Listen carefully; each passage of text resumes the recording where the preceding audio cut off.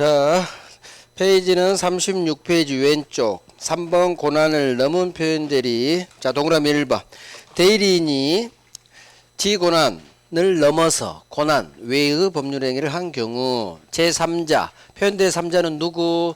병을 말해요. 상대방 병이 대리인한테 매매 대리고난 있다 믿을 만한 정당한 이유가 있다면 본인은 의뢰 행위에 대해 매매 행위에 대해 책임이 있다.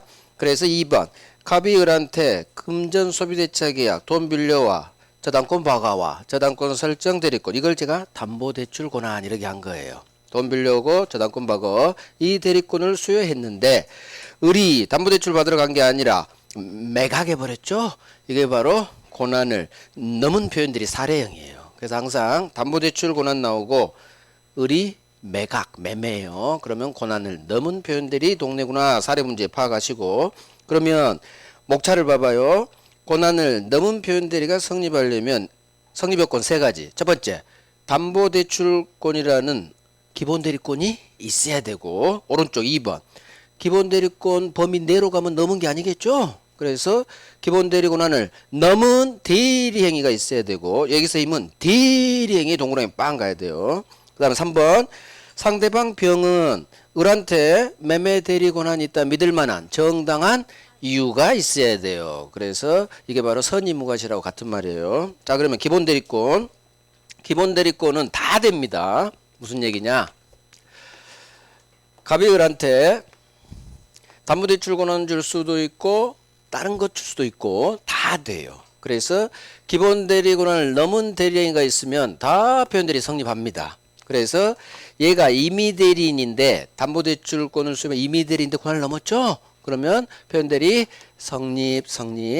그 다음 얘가 법정대리인이에요. 법정대리 아버지가 지 대리권 범위 넘을 수도 있겠죠?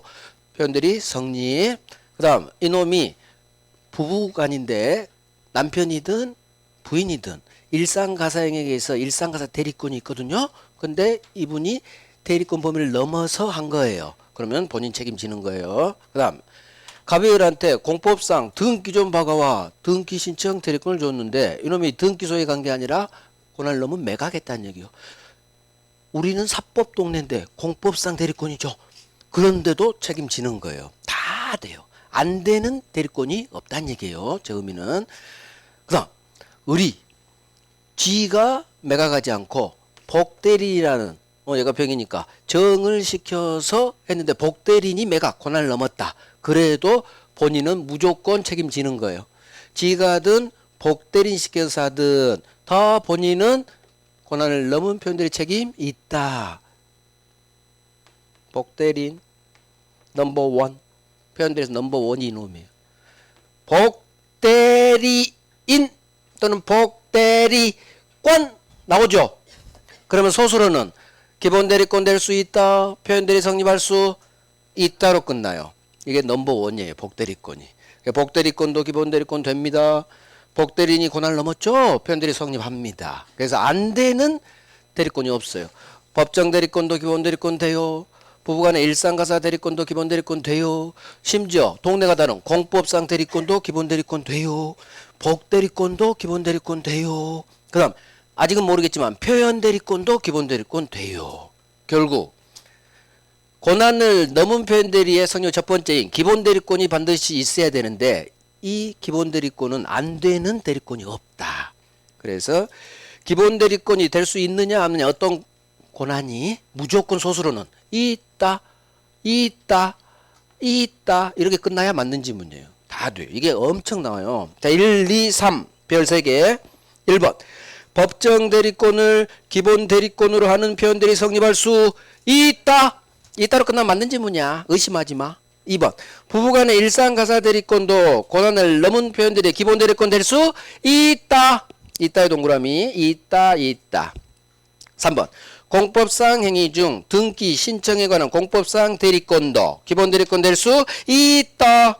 자 4번 왕별 보인권 없는 대리인이든 보인권 있는 대리인 상관없어요. 어찌됐든 대리인에 의해 선임된 복대리권도 기본대리권 될 수 있다. 따라서 기억 같이 왕별 복대리인의 대리행위에 대해서도 표현대리 규정 적용될 수 있다.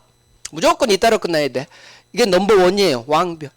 표현대리 동네에서 표현대리 네 글자가 뜨는데 복대리가 중간에 있어. 무조건 소수로는 이따로 끝나요. 기본대리권 될 수 있다. 복대리권. 표현대리 성립할 수 있다. 무조건. 넘버원. 표현대리에서 넘버원이에요. 이놈이. 그래서 지가 하든 자 의리 담보대출 기본대리 넘어서 매각 지가 하든 복대리인 시켜서 복대리인이 매각하든 무조건 복대리권도 기본대리권 될 수 있으니까 매각 고날 넘었죠? 그럼 표현대리 성립할 수 있다. 복대리라는 세 글자가 뜨면 표현대리 동네에서 복대리라는 세 글자가 뜨면 소수로는 고정 100% 표현대리 성립할 수 있다. 기본대리권 될 수 있다. 잘 모르겠지만 표현대리권도 기본대리권 될 수 있다. 표현대리권도. 이건 오래 설명할게요. 살짝 어려우니까. 자 오른쪽 양가로 3번에 고난이 있다 믿을 만한 정당한 이유가 있을 것. 동그라미 1번 별 3개. 자 그러면 을 무권 대리인에게 매매 대리 고난이 있다 믿을 만한 정당한 이유가 있어야 되는데 이 정당한 이유가 있는지 없는지 여부. 자 어느 시점을 기준으로 판단해요. 항상 어디에 해당 여부를 어느 시점을 기준으로 판단하냐 이 질문이 뜨면 세트 법률행위 성립 당시. 그러면 대리니까 대리행위 당시 대리행위 성립이 들어간 생략된 말이죠. 대리행위 당시 그게 동그라미예요. 대리행위 당시 세트죠. 대리행위가 법률행위죠. 대리인이 한 법률행위. 그래서 항상 세트 어디에 해당하는지 여부는 볼 것도 없어요. 법률행위 성립 당시. 여기는 대리니까 대리행위 당시를 기준으로. 구후사정은 고려하지 않아요. 결국 봐요. 이 말이 무슨 말이요? 병이 을하고 매매할 때 매매 계약 체결 당시 너 매매 대리권 있구나 믿었으면 된 거예요. 정당이 있는 거예요. 구후사정은 고려하지 않아요. 그래서 을병 매매 계약 법률행위 성립 당시 대리행위 당시 기준으로 판단한다. 별 3개. 자 그러면 이제 넘버 2 거의 넘버 1급 할 거예요. 성질은 앞으로 가야 돼요. 앞으로 35페이지 오른쪽. 자 이게 거의 복대리하고 같은 동급으로 넘버 1이라고 하면 돼요.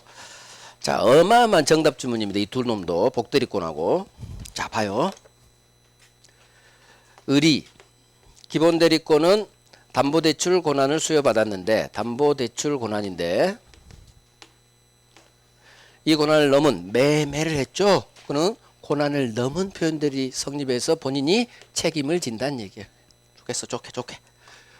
자 권한을 넘은 표현대리가 성립하는 거예요. 본인 적고 본인은 을의 매매에 대해 무권대리지만 대리권 없죠. 무권대리지만 본인이 책임을 지는 거예요. 이게 표현대리 책임이죠. 자 본인이 매매 대리권도 안 줬는데 을의 이 행위에 대해서 책임을 지는 거예요. 문제는 이 책임을 지려면 을이 한 병과 이 매매 계약은 유효를 전제로 해요. 을병 간의 매매 계약은 일단 유효해야 돼. 그래야 책임을 지는 거예요. 이슬류 책임이 있다. 따라서 혹시나 을병 이 매매 표현 대리행위라고요. 을이 한 이 대리행위 이 매매 계약이 혹시나 강행복구 위반으로 매매가 무효라면 이 매매가 무효라면 책임지지 않는다. 표현들이 성립하지 않는다. 성립은 나올 시험. 그래서 넘버 1이에요. 얘도 같이 의리한 표현 대리행위 매매가 강행복구 위반 등으로 여기 무효라면 표현들이 성립하지 않는다. 표현들이가 성립하지 않느냐 본인이 책임지지 않는다. 같은 말이에요. 성립으로 나와요. 그래서 아까 다 성립한다고 했죠. 기본대리권 될 수 있다. 표현들이 성립할 수 있다. 90%. 근데 딱 우리 시험에 2군데만 성립하지 않아요. 그중 하나. 표현대리행위가 강행복구 위반 등으로 무효. 떴죠? 소수로는 이따로 끝나야 돼요. 없다로 끝나야 돼요. 없다로 끝나야 돼. 이렇게 찍는 실력이에요. 중간이 무라면 없다야. 성립하지 않는다. 부정으로 끝나야 돼. 무인데 언밸런스가 일어나는 걸 싫어해요. 민법은. 그래서 무면 없다. 성립하지 않는다. 자, 두 번째. 표현대리가 성립했어요. 그러면 그대로 다 책임져 줘야지. 혹시 상대방 병한테 일부 잘못이 있대. 상대방 병한테 이 계약할 때 어느 정도 잘못 30%가 있대.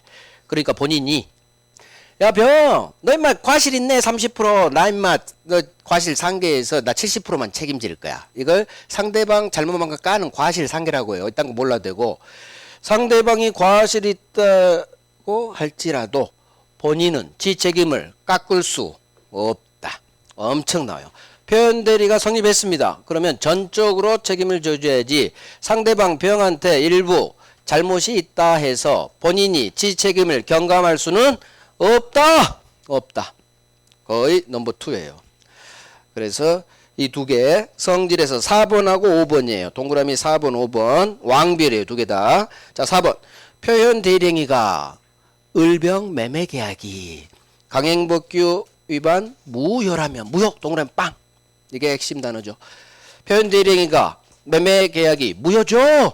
무효라면 표현들이 성립하지 않는다. 거기에 동그라미 빵 하는 거예요. 표현들이 성립하지 않아요. 그래서 기억도 같은 거죠. 기억은 별 3개. 자, 매매계약이 토지거래허가제를 위반해서 확정 무효이면 표현대리 법리가 적용될 여지가 없다. 자, 이 점이 떴다고 해봐. 그럼 어디에 동그라미 해야 돼요? 무효! 무효! 매매가 표현 대리행위죠. 대리행위. 매매가 무효야. 무! 그럼 소수로는 없다. 않는다로 끝내. 부정으로. 그래서 아하!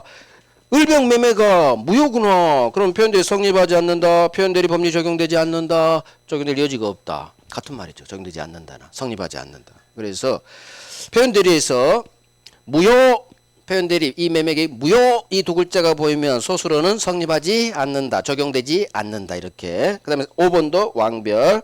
표현대리가 성립했어요. 그러면 상대방한테 일부 잘못 과실이 있다 하더라도 네 과실만큼 깝시다. 이게 과실상계한다고요. 이런 걸 작동시켜서 본인 지 책임을 경감할 수는 없다. 그대로 외워요. 그러니까 이 노란색을 외워요. 상대방 병한테 잘못이 있다고 해서 본인이 지 책임을 깎을 수는 없는 거예요. 그대로 다 쳐줘야 돼요. 다 책임져줘야 돼.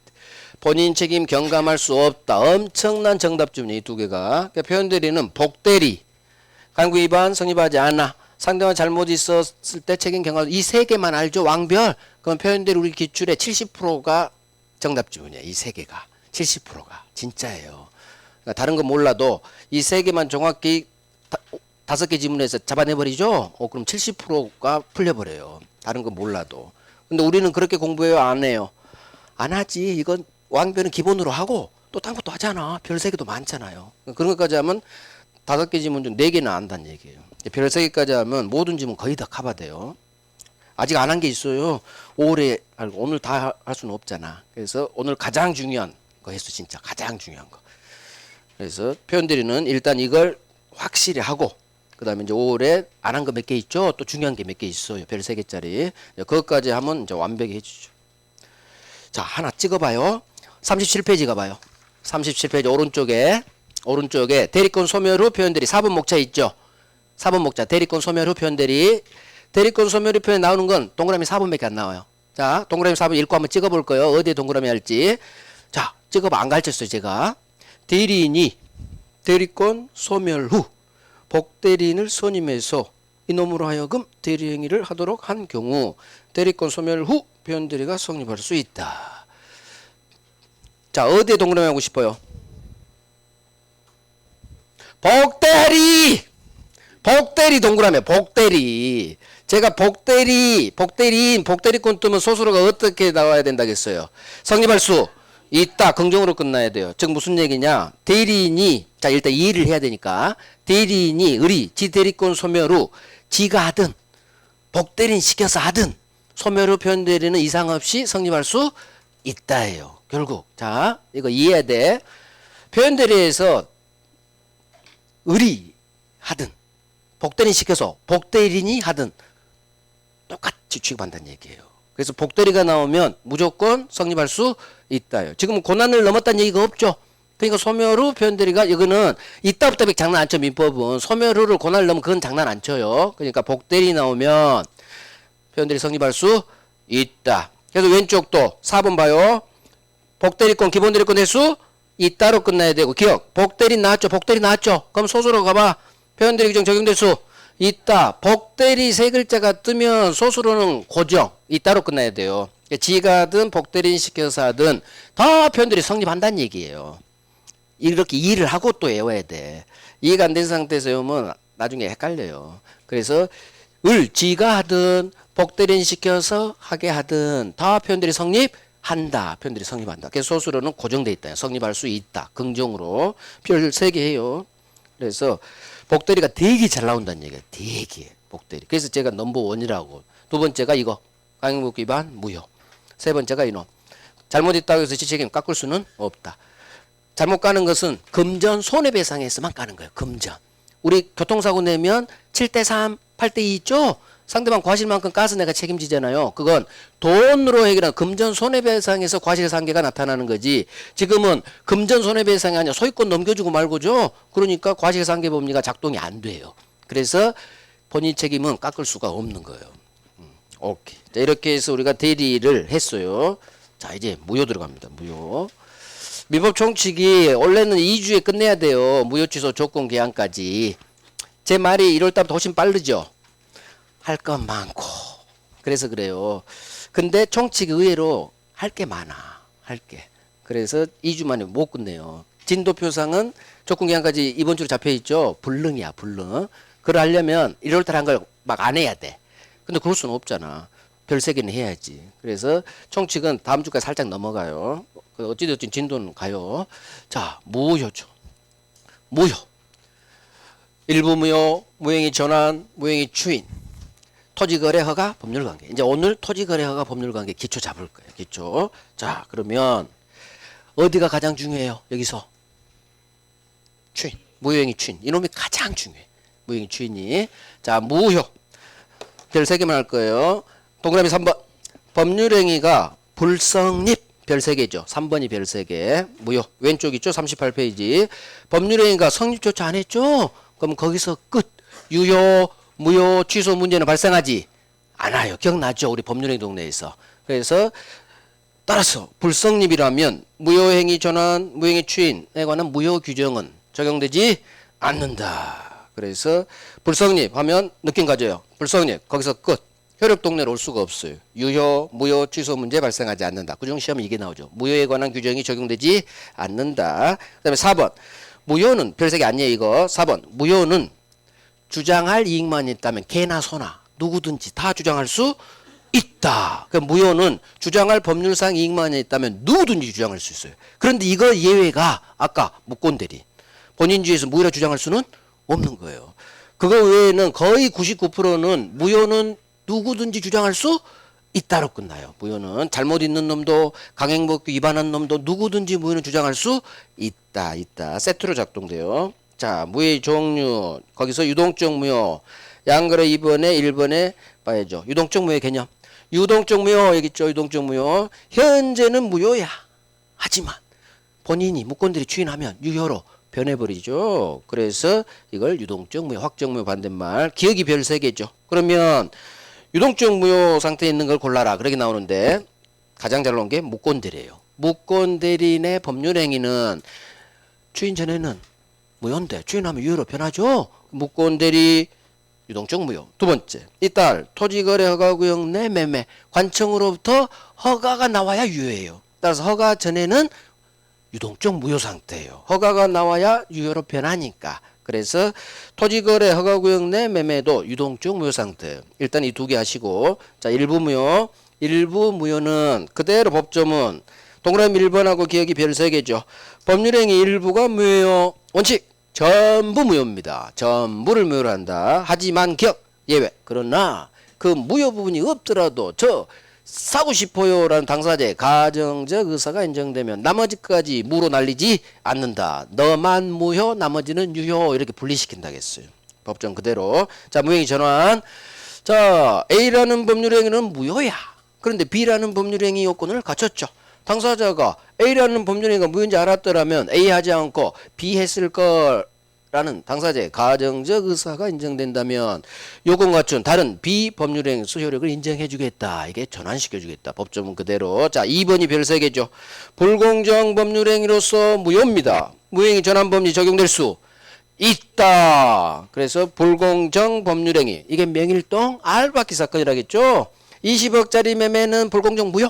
하지만 15억짜리 매매로 유효한 매매로 전환시켜줬다. 그래서 불공정 법률행위에는 무효행위 전환 법리 전환 규정이 적용될 수 있다예요. 그래서 불공정 법률행위가 추인은 안 되지만 전환은 돼요. 전환. 정 안 되면 이렇게 해요. 불공정자를 전으로 읽어. 불공전. 불공전. 그러면 정을 전자로 읽었죠. 그 얘기는 전환법리가 적용된다. 긍정. 정 안 되신 분은, 헷갈리시는 분은 앞으로 불공정을 이 정자를 뭐로 읽는다? 전으로 읽는다. 전으로 읽는다. 그러면 전이 생각나면 전환법리가 적용될까 헷갈리신 분은 나 전으로 읽었어. 전으로 읽었다는 얘기는 된다는 얘기지. 긍정. 이런 식으로라도 해야 돼. 그래서 불공전. 왜 내가 전으로 읽었을까 생각을 해야지. 전환 규정이 적용되니까 긍정으로 끝나야 돼요. 자, 이제 가장 중요한 무형의 추인이 있죠. 어마어마하죠. 무에서 가장 중요한 게 얘기 동네요. 자, 동그라미 1번부터 시작되죠. 무효는 추인해도 효력이 생기지 않습니다. 법조문 그대로. 하지만 시험은 2번부터 나와요. 2번 기억, 3번 기억, 니은까지 별 3개. 2번 기억, 3번 기억, 니은까지 5개죠. 별 3개. 자, 법률행위 동네죠. 강의조 위반했어요. 반사예요. 불공정 무효예요. 자, 법률행위에 동그라미 해야지. 법률행위 동네 무효는 추인해도 유효로 되지 않는다. 그러니까 법률행위 동네 3가지 나오죠. 가행법규 위반, 반사회, 불공정, 법률행위 무효는 추인이 안 됩니다. 그래서 기억지문으로 나오죠. 법률행위 동네 무효는 추인 대상이 되지 않는다. 추인해도 유효로 되지 않는다. 같이 나와요. 2번 기억 같이 나와. 여기서도 나오고 저쪽 반사회 불공정에서 나오고. 추인해도 절대 유효로 되지 않아요. 하지만 3번 의사표시 동네는 반대죠. 항상. 비진이 무효, 통정 무효, 의사표시 동네 무효구나. 의사표시 동네 무효는 당사자가 무효임을 알고 추인했다면 새로운 법률행위로 본다. 외워요. 법조문 외워요. 이걸 외워야 돼. 자, 의사표 얘기죠. 비진이 알랄 무효든 통정 무효든 의사표시죠. 의사표시 동네 무효는 갑과 을이 통정 의표시, 갑과 을이 통정 무효임을 알고 서로 추인하면 새로운 진짜 매매 계약, 새로운 진짜 매매 가짜가 아닌 새로운 법률행위로 본다. 이게 어마어마하게 나와요. 작년 정답 지문이잖아. 또 괜히 하는 게 아니에요. 작년뿐만 아니라 무효 정답 지문은 항상 여기서 박혀요. 여기서 무효행위 추인 이 동네에서. 자, 기억. 무효행위 추인은 그 무효 원인이 소멸한 후에 해야 효력이 있다. 즉 더 이상 통정이 아닌 진짜 살아겠죠. 무효 원인이 소멸하세요. 알고 추인하세요. 무효 원인이 소멸한 후 추인하세요. 이렇게 제가 외우라겠죠. 여기 있죠. 알고 추인하세요. 무효 원인이 소멸한 후 추인하세요. 이 2개의 글자. 알고 추인하세요. 무효 원인이 소멸한 후 추인하세요. 그러니까 니은 세트죠. 모든 추인합니다. 의사표시. 의사표시는 명시, 묵시 다 가능하다. 묵시라는 2글자가 뜨면 소수로는 다 할 수 있다. 그래서 묵시는 행동을 통한 의사표시예요. 묵시적 의사표시로도 다 할 수 있다. 세트예요. 묵시가 나오면 안 되는 게 없어요. 우리 시험에. 다 할 수 있어요. 묵시적 의사표시. 자, 4번이 왕별이죠. 4번. 무효인 법률행위를 추인하면 추인한 그때로부터 새로운 진짜 매매계약으로서 유효가 되는 거지. 통정허위 표시한 2달 전으로 거슬러 올라가지 않는다. 자, 여기 중요하니까 다시 한번. 가짜 매매죠. 갑과 을이 통정허위 표시 매매를 가짜 했다는 얘기죠. 통정. 그러면 통정허위 표시이기 때문에 갑을 간 이 매매는 무효예요. 하지만 이거 의사표시 동네 무효니까 5월 1일 날 가짜 매매 계약서 썼는데 7월 1일 날 의사표시는 추인이 된다겠죠? 추인합니다. 의사표시 쏘면 유효가 될 텐데 언제부터 유효가 되느냐? 거슬러 올라가지 않아요. 우리 법조문이 무효임을 알고 추인하면 새로운 법률행위로 본다. 이 새로운 법률행위 이 법조문 때문에 추인한 이때로부터 장래를 향해서 유효가 되는 거지. 절대 무효행위 추인했다고 해서 통정허위 표시 계약 체결한 이때로 거슬러 올라가지 않는다. 이 새로운을 제가 열어요. 새로운. 그래야 소급효가 없다는 걸 같이 연결이 되니까. 그래서 통정 허위 표시 후 추인하면 추인한 때로부터 유효가 된다. 기억. 추인한 때로부터 그때부터 유효가 되는 거지. 새로운 진짜 매매계약으로 그때부터 추인한 그때부터지. 장난을 추인한 때를 장난을 쳐요. 통정 허위 매매 당사자 추인한 경우 뭐라고 장난치느냐? 계약 체결한 때부터 유효가 된다. X예요. 계약 체결이 나오면 절대 안 돼요. 통정 허위 표시 추인은 언제? 추인한 그때로부터 유효 이렇게 나와야 되는데 계속 여기는 장난만 쳐. 계약 체결한 때로부터 유효 X 정답 지문이에요. 그래서 무효행위 추인은 소급효가 없다. 4번의 두 번째 쪽 오른쪽 있죠? 그거 외워야 돼요. 무효행위 추이는 소급효가 없다. 자, 그러면 아까 무권대리 본인 추이는 소급효가 있다. 거기 9번. 9번 나왔어요. 무권대리 본인 추이 소급효 있다고. 그 다음 무효행위 추이는 소급효가 없다. 5번. 그래서 소급하지 않는지가 민법은 되게 잘 나온다는 얘기예요. 취소하면 소급 무효로 날아가죠? 6번. 가장 쉽죠? 처음부터 소급 무효. 그래서 소급하느냐 마느냐는 우리 민법의 주된 정답 지문이에요. 잦은 기출이고 반드시 하셔야 돼. 그래서 왕별한 거예요. 4번하고 기억 같이 왕별이에요.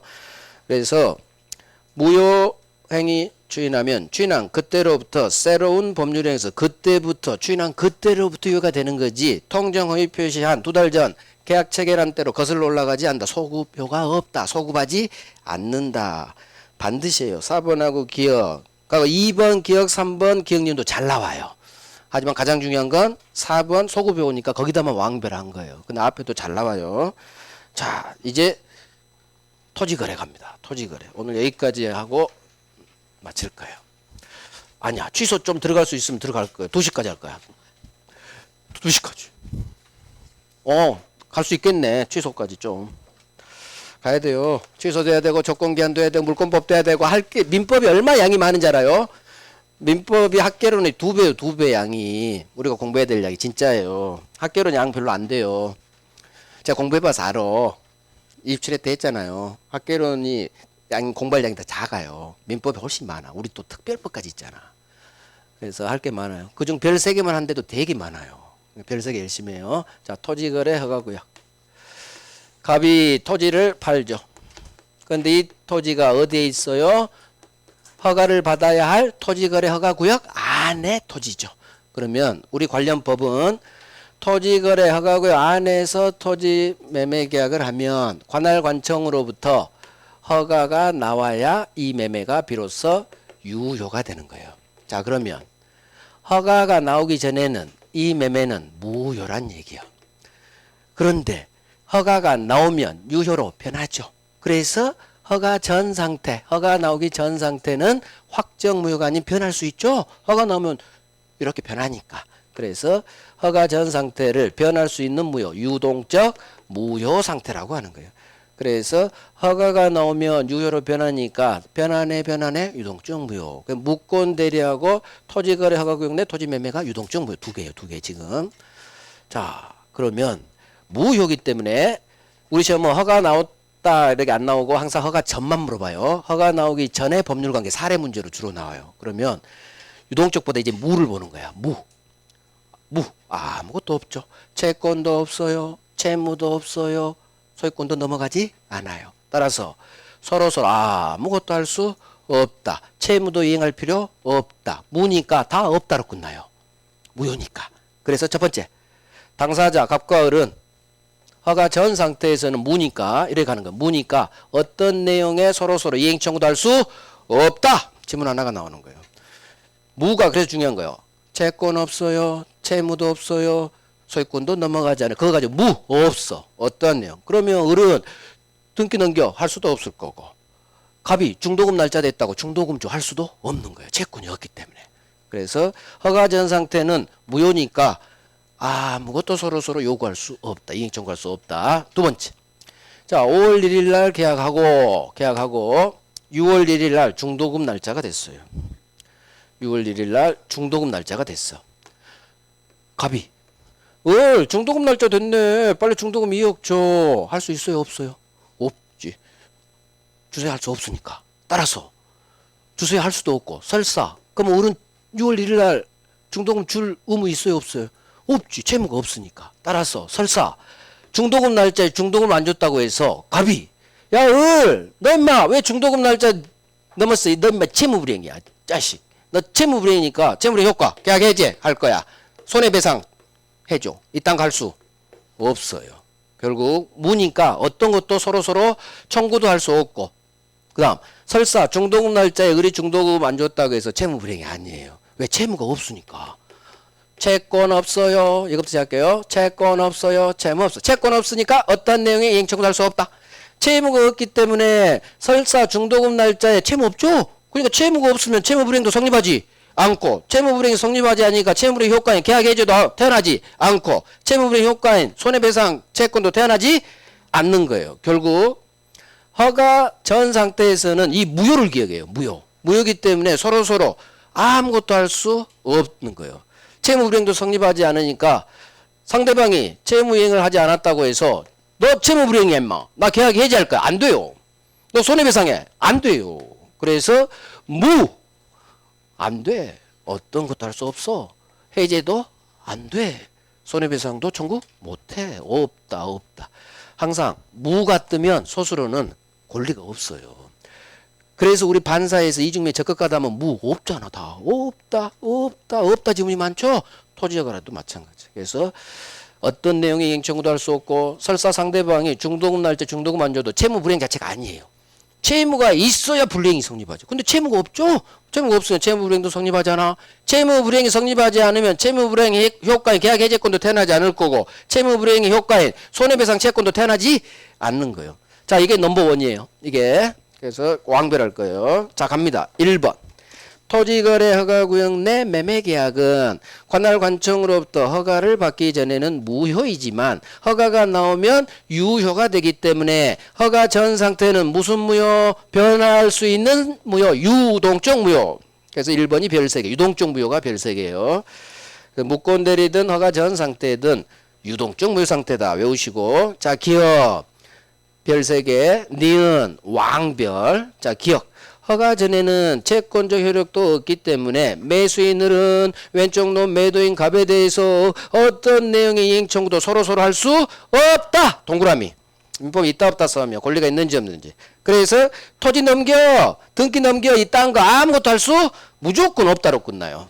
갑이 나오든 을이 나오든 어떤 내용의 이행 청구도 서로서로 할 수 없다. 또 니은, 왕별. 이놈이 넘버원이에요. 토지거래허가에서. 가장 많은 기출, 가장 많은 정답 지문. 자, 당사자는 허가 전 상태죠. 그럼 전에 동그라미 하시고 무효 상태죠.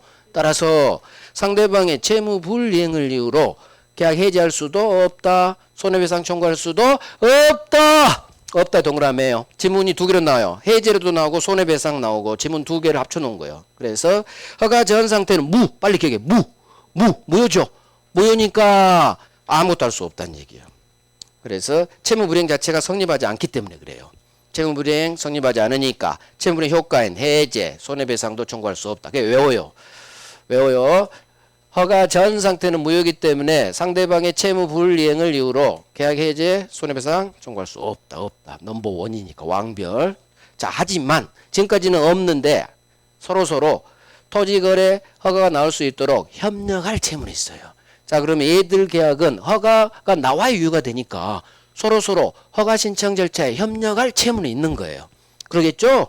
그래서 지금까지는 없다를 봤는데 이제 있다가 나와요.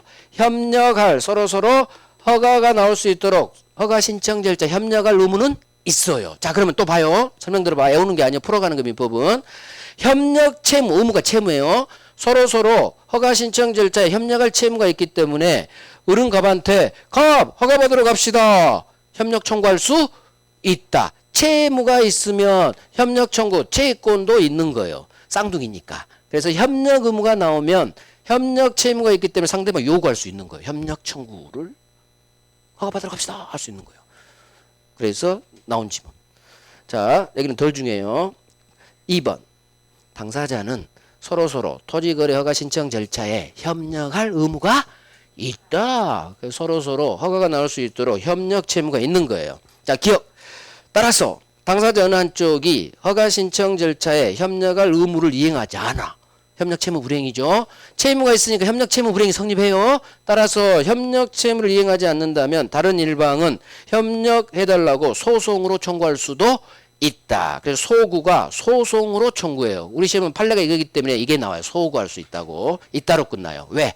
협력 채무 있으니까 소수로는 청구할 수도 있다. 소송이든 일상 영역이든. 결국 봐요. 민법은 허가 전에는 무효니까 어떤 내용 청구도 할 수 없다로 끝나야 돼요. 채무 불이행도 성립하지 않기 때문에 다 없다예요. 하지만 협력할 채무는 있죠.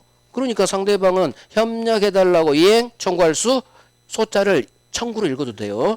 채무가 있으니까 채권 주세요. 할 수? 청구할 수 있다. 오 법칙, 무 없다 없다 법칙이에요. 민법이 실체법이라 그래요. 그래서 협력 채무는 있다. 그래서 협력해 달라고 청구할 수 있다. 소송으로 청구, 소구할 수 있다. 자, 나머지는 계약법을 돌아야 돼요. 나머지 진짜 중요한 거 있는데 거의 넘버 원급. 그건 계약금에 관한 저기 5번이에요. 5번. 5번이 넘버 원 동급이에요. 얘랑. 하지만 계약법을 돌아야 돼요. 지금 계약금을 안 배워서 못해요. 오래 할 거고. 자, 확정유효, 확정무효. 여기 갈 거예요. 자, 확정유효. 지금 허가 나오기 전에는 유동적 무효 상태죠. 그죠? 허가 나오기 전에는 유동적 무효 상태인데 언제 이 매매 계약이 확정 유효로 되느냐? 우리 시험은 두 개가 나와요. 자, 첫 번째 일단 이해를 위해서 허가가 떨어졌어. 허가가. 그러면 확정 유효가 돼요. 근데 이건 시험에 나온 적이 없어. 당연하죠. 확정 유효될 거 아니야. 자, 문제는 이게 나와요. 허가구역 지정이 해제됐어. 그동안 묶여 있었죠? 허가구역으로. 근데 지정 해제됐대. 그러면 이제는 확정 유효가 돼. 허가받을 필요 없다는 얘기예요. 확정 유효. 바로 유효가 돼버려요. 그 다음 지정 기간이 만료됐는데 그 후 재지정이 없어요. 그러면 기간 만료했죠?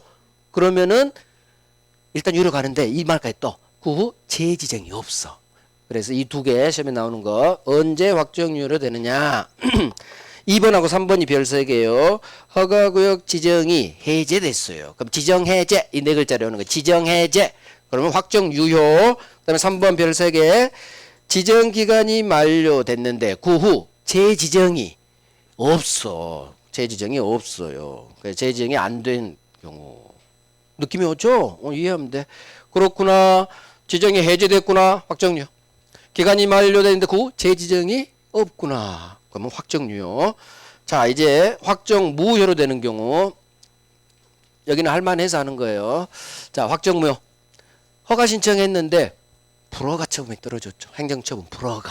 그러면 확정무효가 되겠죠. 허가가 안 나왔으니까. 별 3개예요. 잘 나와요. 불허가 처분도. 관할관청으로부터 불허가 처분이 떨어진 거지. 그럼 확정무효. 확정무효. 자, 2번 별 3개. 1번, 2번 다 별 3개. 자, 이게 좀 어렵죠. 자, 봐요. 갑과 을이 이 매매계약 할 때 처음부터 허가를 배제하거나 또는 잠탈하려는 내용의 매매계약이다. 자, 무슨 말이냐? 느낌이 와야 돼. 갑과 을이 매매계약 할 때 처음부터 관할관청의 허가를 배제 또는 잠탈. 느낌이 좋은 말 같아요? 나쁜 말 같아요. 갑과 을이. 나쁜 짓거리 한 거예요. 느낌이 와야 돼. 처음부터 관청의 허가를 국가기관을 허가를 배제 또는 잠탈이 나쁜 의미잖아요. 잠탈하는 내용의 매매계약을 체결했다면 바로 무효로 권리 주지 않아요. 무효란 얘기는 권리를 안 준다는 거죠. 그래서 이 나쁜 놈들 자식들 너희들이 막 권리 안 줘. 그래서 느낌이 왔어. 처음부터 허가 관할관청의 허가를 배제하거나 또는 잠탈하는 내용의 매매계약이라면 이 계약이 매매계약을 말해요. 그러면 바로 무효로 날려버려요. 그러면 이 문장으로 나오고 가장 중요한 게 이제 오른쪽 기억이죠. 기억 별 3개. 자, 이제 봐요. 토지거래 허가구역 내에서 중간 생략 등기가 일어나요. 토지거래 허가구역 내에서 뭐가 일어난다고요? 병한테 다이렉트 등기 박은 중간 생략 등기 이 6글자가 뜨면 한번 생각해 봐요.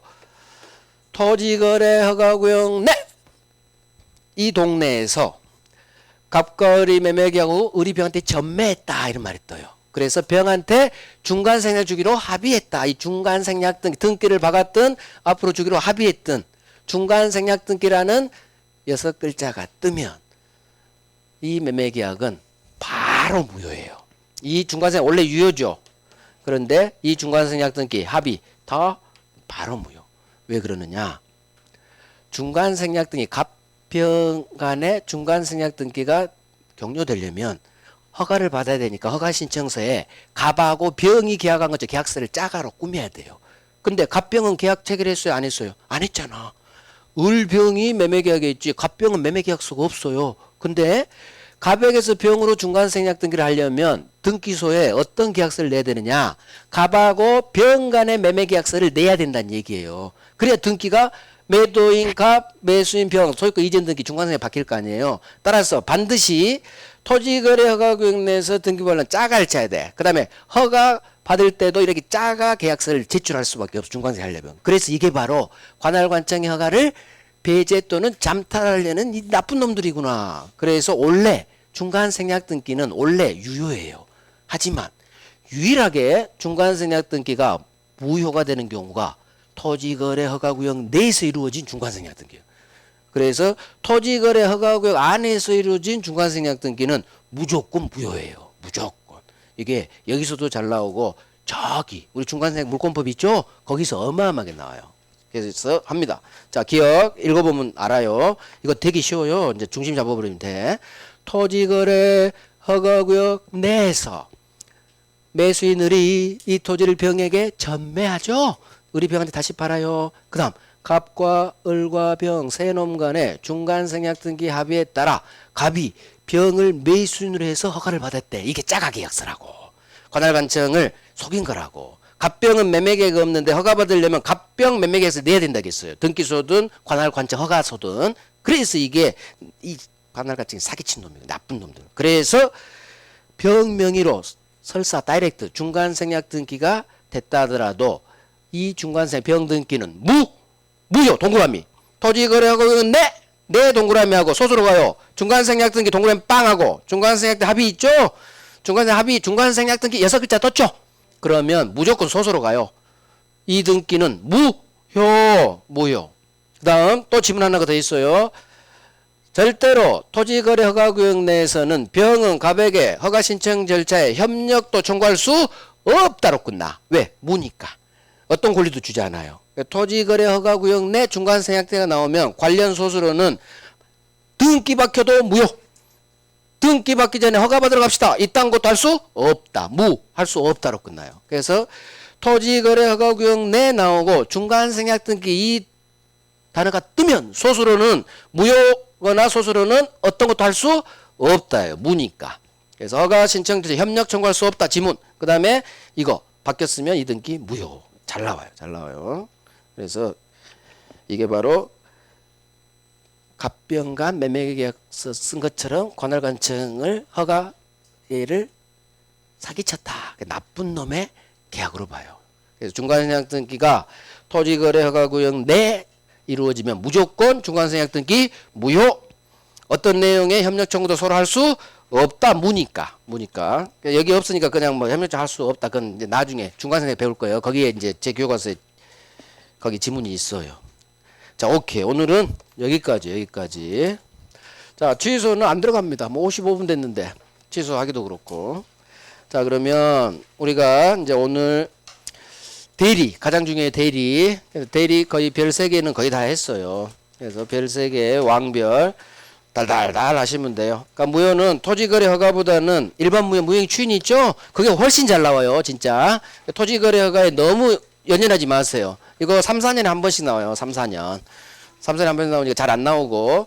그 나와도 얘는 좀 어려워요. 아직 안 배운 내용이 되게 어려운 게 많아요. 계약법 영역이라. 그래서 토지거래 허가 나오면 틀릴 확률이 좀 있어요. 이쪽 난이도 좀 상학 영역이야. 그러니까 제가 별 3개 한 이런 거 나오면 맞히고 계약법 영역은 좀 어려워요. 하긴 하겠지만. 그래서 이런 거 나오면 이런 거 맞힐 수 있지. 지정해제 확정료 기간 만료 재지정 안 돼서 확정료. 그 다음 불허가 나왔어. 당연히 확정무효. 그러니까 느낌이 오죠? 허가를 비제 또는 짬타라는 놈의 그 느낌 왔어. 무지. 권리 주면 안 되지. 이게 바로 토지거래 허가구역 안에서 이루어진 중간생략 등기예요. 그래서 무효야. 이런 거. 그 다음에 가장 중요한 이거 할만하지. 무니까 어떠한 내 이행청도 서로 할 수 없다. 무니까 채무불이행 성립하지 않으니까 채무불이행 이유라는 계약 해제 손해배상 청구도 할 수 없다. 하지만 협력 채무는 있으니까 협력 청구는 할 수 있다. 그래서 이제 어느 정도 할만한 것만 하면 돼요.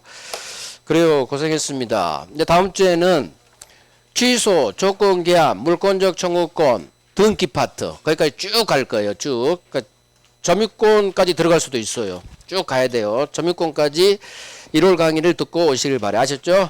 그래요. 좀 이따 3시에 시험 보면 되겠네요. 자, 오늘 시험 보실 때 항상 이렇게 해요. 1번부터 5번 지문이 나오면 아직 안 배운 지문이 중간에 한 2개씩 나와요. 그러면 물음표 하세요. 물음표 아직 안 배웠으니까 5월달에 할 거. 그러니까 덜 중요한 거예요.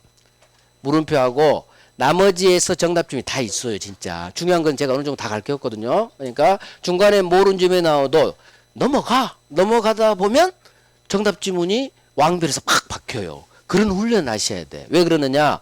우리의 실제 기출이 모르는 지문이 첫 기출이 반드시 제가 뜬다겠죠. 그 지금부터 훈련해야 돼. 물음표하는 훈련을 5개 지문 다 알 수가 없어요. 1년에 우리가 시험 합격하려면 중요한 거에서 정답을 채야 돼요. 중요한 거에서. 그래서 중간에 내가 물음표가 몇 개가 나오는지 그 훈련을 하시라는 얘기예요.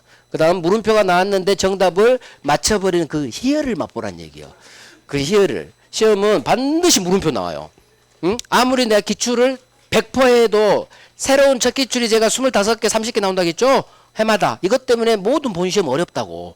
어렵게 느껴져요. 모르는 지문으로 만나니까. 어쩔 수 없어요. 이 훈련을 해야지 본시험에서 모르는 지문이 나와도 버틸 수 있는 거예요. 응? 모르는 지문이야? 흘러가겠지? 이렇게 생각. 정답이 아니요, 이런 거. 진짜. 80점까지는 첫 기출에 절대 정답 좀 안 박아요.